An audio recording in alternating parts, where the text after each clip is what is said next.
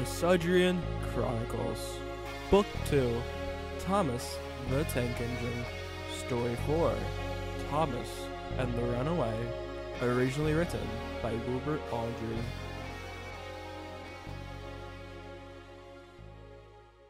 It had been a while since the fact director had sentenced Thomas to Wellsworth Yards. Thomas thought that he would be working beside Edward most of the time, but he hadn't. Edward would be on his branch working. Occasionally, he would come up the branch line with trucks or passengers. He'd leave the trucks in the yards, say hello for a minute, then leave again with another train. Edward would try to come stay the night with Thomas in the sheds, but he wasn't there all the time. Thomas never left the yards either. Every time he would tidy some trucks away, new ones came in, and others had to be sorted out for Edward or someone else to take away. The yards weren't all that terrible. Many engines came to the station, especially new faces from the western side of the island from a station called Teignmouth. The engines were mostly all nice, and a lot better, in Thomas's opinion, to the engines to the east. Engines would occasionally leave their trucks at the station, and another engine would come take them on or back. Gordon would also rush through the station sometimes. On his way from Teignmouth to Vicarstown, he would always stop here. During his time idling, he would either gloat about himself to no one in particular or throw insults at Thomas. "I really don't understand what you see in this dinky station. It's small and dirty, and nothing like the grand yards at Vicarstown." Thomas was about to bark back when he paused and took a deep breath. "I'm not going to let him get to me." And with that, he puffed away, leaving behind a speechless Gordon. Although the work in the yards was too much at times, Thomas found it better than having to work around Gordon and Fulcrum. When the eastern engines weren't around, it was nothing but peaceful. Wade even started a small flower garden close to the station. For the first time in his life, Thomas felt like he had an actual home. In his short bits of downtime, he would look around the yards and would find new and peculiar rolling stock he had never seen before. Sometimes there was machines like tractors and boilers on flatbeds. Others were cattle vans with barn animals in them. "What's that?" asked Thomas one day. "That's a conflat," said Bob, paying no mind, licking his finger and flipping the page of the paper. No, not that.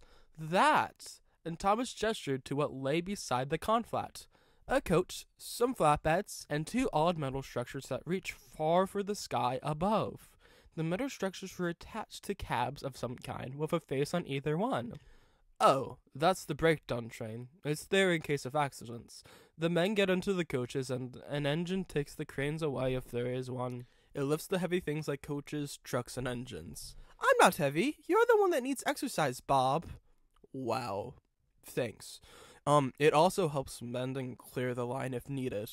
"So it's like that crane engine that came here once?" "Yes, it is." "Can I try one out?" But before Bob could interject, Thomas shot forwards, flinging the snoring conflat into a pair of buffers. The bang woke the two cranes up. "Hello!" he cried to the cranes. "What's happening?" cried one who was asleep. "Where are we?" cried the other. "There isn't an emergency, is there?"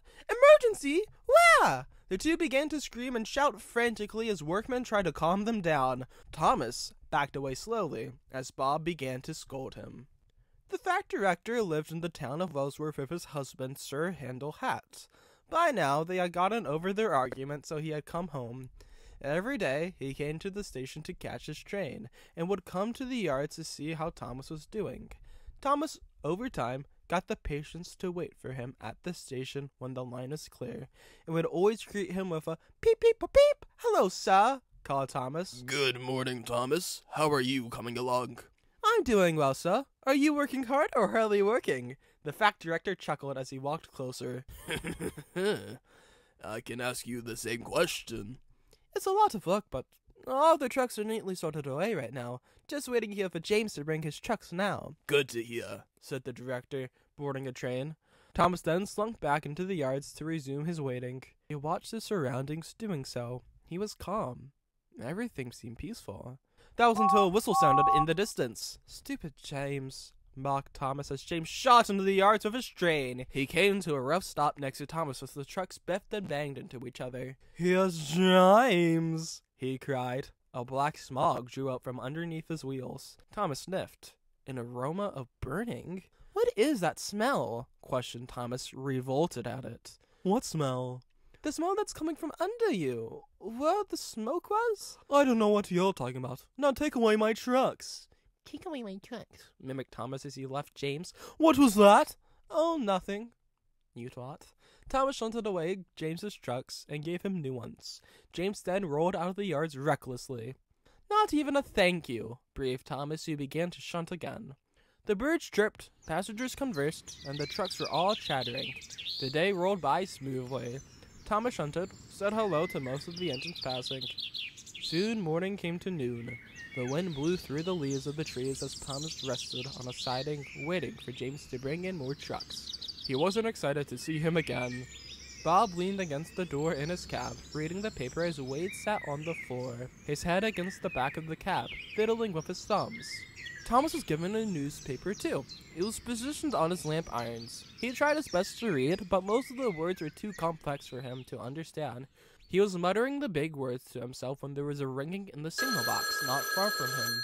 The signalman picked up the phone. Inaudible gestures arose as the signalman began to flip levers in the box. He slammed on the phone and ran out of the box yelling, "Runaway!"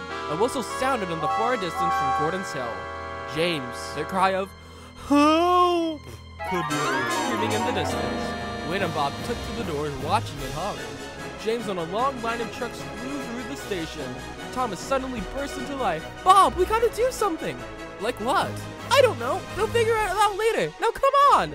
Thomas started moving before Bob could even touch the regulator.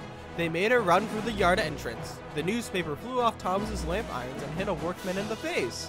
"Hurry, hurry, hurry!" cried Thomas to his crew, who couldn't really do anything but feed him more coal. They drew level with James as they thundered over the River Ray Viaduct. "Help me, help me, help me!" cursed James. "James, you twit! Use your brakes!" "I can't! They're on!" A colossal flame shot from his brake blocks, singeing Thomas's nose. "Shit! That's hot! I'm going to try to stop you!" "I'm going to die! I'm going to die! I'm going to die!" "Tell Gordon I hate him!" cried James. "You can tell him yourself, buddy!" yelled Thomas back as he sped up. A set of points lay in the distance as a whistle sounded from in front. Gordon with the express. Express coming through. "Shit!" Bob lessened steam, trying to slow down. James surged over the points as Gordon drew rapidly closer. The brake van rolled over as Thomas neared the points. Gordon and Thomas were near yards away as Thomas shut his eyes. Suddenly, his wheels swerved violently as Gordon narrowly avoided Thomas. Thomas was now at the back of James and his train. "God, couple me up!" Thomas cried as the guard stumbled out of the compartment and pulled out a shunter spool. He shakily got Thomas's train and tried to connect it up, but Thomas wasn't close enough to the brake van's couplers. Get closer! The hell do you think I'm doing? Right. Closer and closer he grew, sleepers going by so fast that they looked like one large feast. Thomas felt like he was going to catch himself on fire. The side rods were such a blur that it felt like they would spin right off. He biffed into the van, making the guard jump. The shunter's pole stumbled in his hands as he linked Thomas to the trucks. Thomas put his brakes on as sparks flew, but he was only dragged along. Shit! He tried again. Nothing. An idea suddenly flew into his funnel as he shunted into the van as the guard bounced around. He pushed the whole train forward before putting his wheels into reverse. The entire train shook and groaned as the speed decreased. "James, hit it in reverse!" "I can't! If you don't, the coupling is gonna crack!" Thomas and the brake van left the train.